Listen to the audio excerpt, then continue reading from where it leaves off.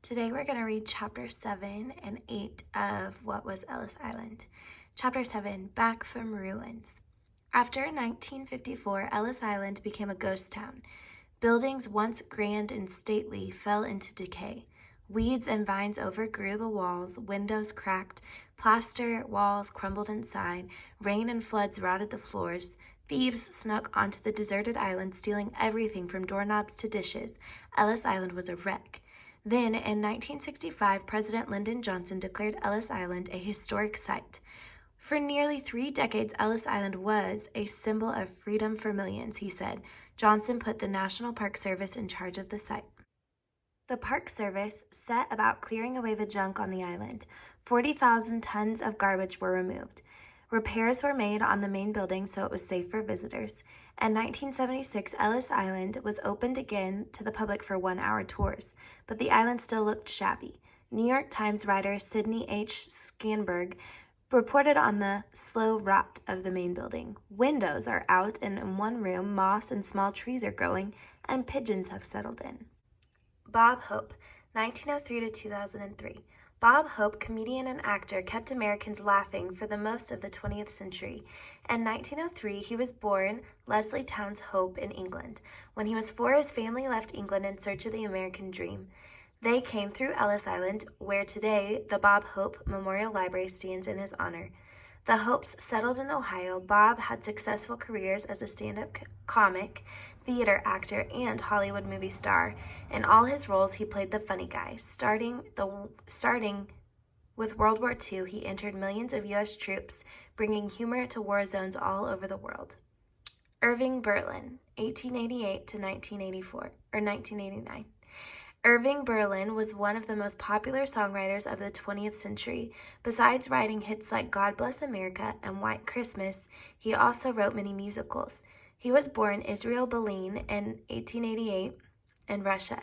He later changed his name when it was accidentally misspelled Berlin on one of his songs. His family fled Russia when Irving was 5 years old in order to escape the pogroms.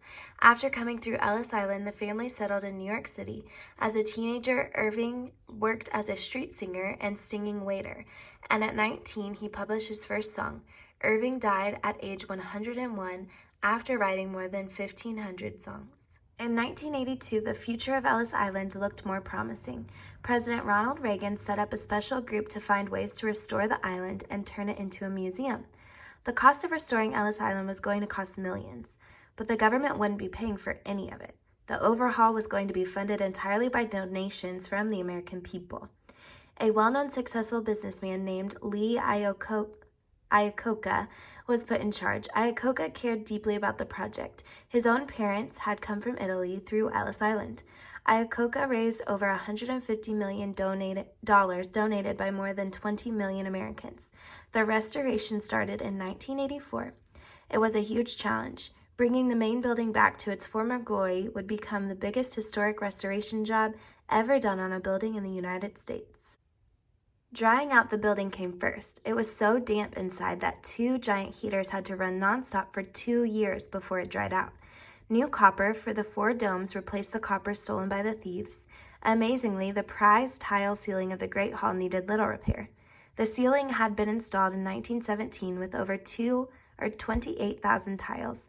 Only 27 of the tiles needed replacing. As workers scraped paint off the walls, hidden graffiti came to light. Immigrants had scrawled poems, drawings, names, and messages on the walls. What did they write with? They used pencil and the unforgettable blue chalk of the inspectors. The graffiti was carefully preserved as a piece of living history. After 8 years of work, Ellis Island was ready to open its doors once more. Golda Meir, 1898 to 1978. Golda Meir, born Golda Mobovich, became one of Ellis Island's most famous immigrants. At age 8, Golda came with her Russian Jewish family through Ellis Island and settled in Milwaukee, Wisconsin. A born leader, she led fundraisers to buy school books for poor classmates. Even though she couldn't speak English when she started school, Golda graduated from junior high at the top of her class. In college, Golda started working to make Israel a free homeland for Jews. She later moved to Palestine to work for the cause. Israel became an independent nation in 1948, the following year. Golda was the first woman elected to its parliament. One of her roles was to find housing and jobs for 700,000 immigrants arriving in the new state. In 1968, Golda was elected Prime Minister of Israel. True to her own immigrant past, Golda opened Israel's doors to people of other nations. Chapter 8, Ellis Island Today. On September 10, 1990, Ellis Island's doors reopened. Now the main building was a museum. Its purpose was to recall the human drama that occurred within these walls. Today, the Ellis Island National Monument is one of the most popular historic landmarks in the country. It's not surprising.